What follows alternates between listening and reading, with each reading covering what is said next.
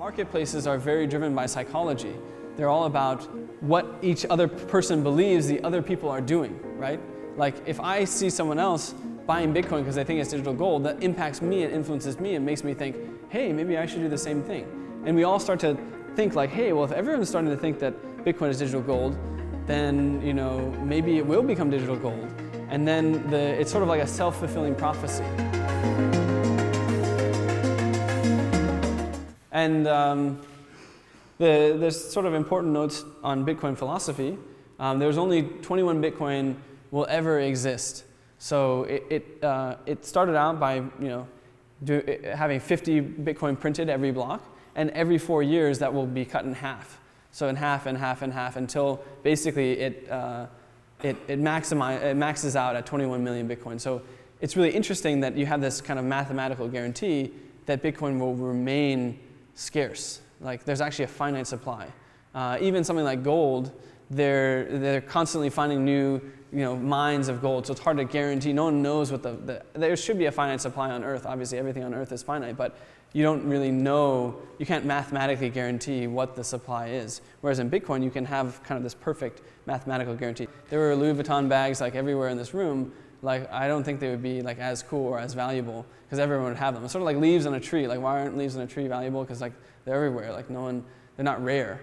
And something like gold is a good example of something that's valuable because of its rarity, as well as some other properties which we'll talk about.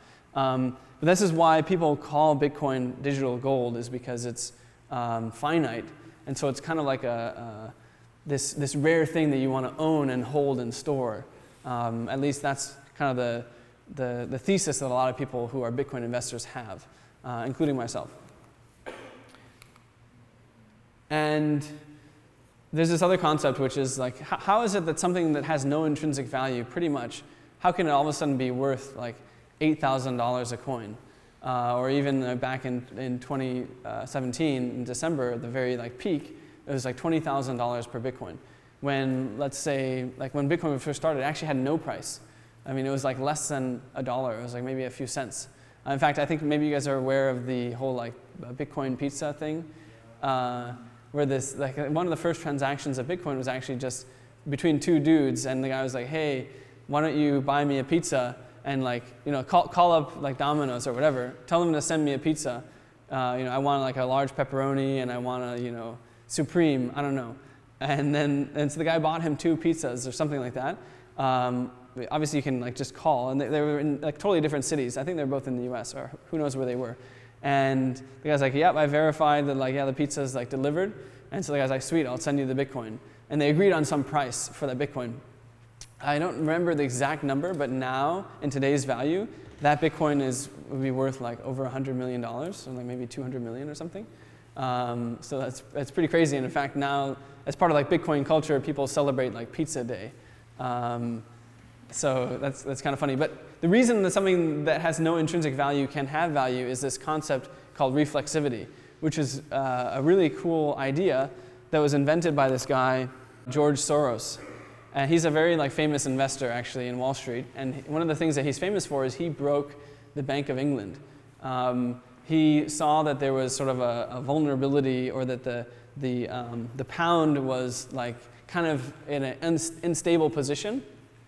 And he single-handedly shorted the pound and basically caused it to crash.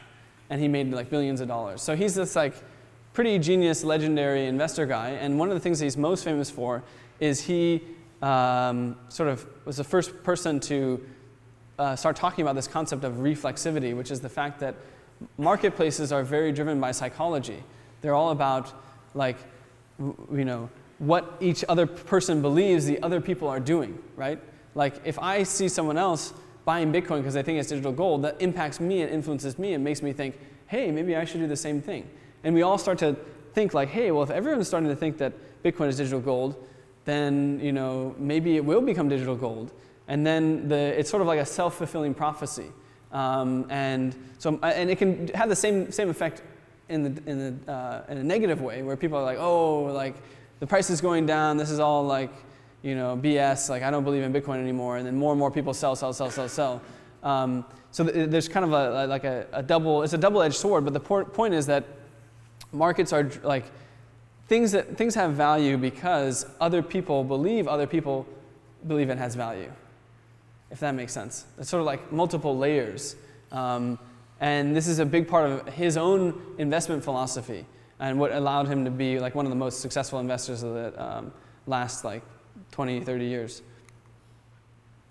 And so some of the properties that Bitcoin has are, it's borderless, like it exists on the internet basically, or you can interact with it anywhere you have an internet connection. It's fungible. Each Bitcoin is exactly the same as another.